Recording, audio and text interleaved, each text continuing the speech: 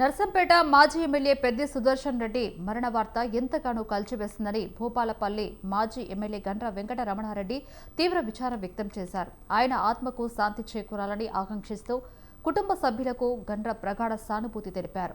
ఎమ్మెల్యేగా నర్సంపేటను అన్ని రంగాల్లో అభివృద్ధి చేశారని కొనియాడారు.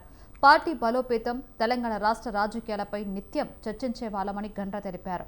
ఇప్పుడు ఆయన దూరం అవ్వడం అందరికీ తీరని లోటని గండ్ర విచారం వ్యక్తం చేశారు. పెద్ది సుదర్శన్ రెడ్డి గారి యొక్క మరణం మా అందరిని ఎంతో బాధకు గురి చేసింది. నిజంగా పెద్ది సుదర్శన్ రెడ్డి గారు వ్యవసాయ కుటుంబంలో జన్మించి అంచెలంచెలుగా ఎదుగుతూ ఈరోజు శాసనసభ్యుడిగా కొనసాగుతూ నర్సంపేట నియోజకవర్గానికి ఎనలేని సేవలు అందించినటువంటి గొప్ప నాయకుడు.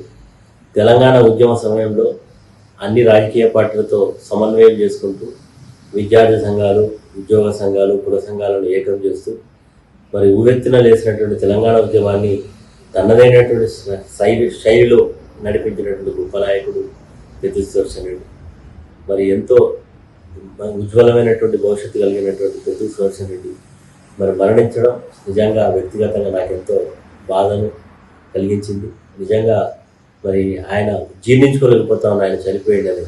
ఎందుకంటే రోజు ఉదయం కనీసం ఉదయం నుంచి సాయంత్రం 2-3 సార్లు మాట్లాడుకోవడం, మరి జిల్లాలో పార్టీ యొక్క భవిష్యత్తు, తెలంగాణ రాష్ట్రంలో జరుగుతున్న రాజకీయ పరిణామాలు ఎప్పటికప్పుడు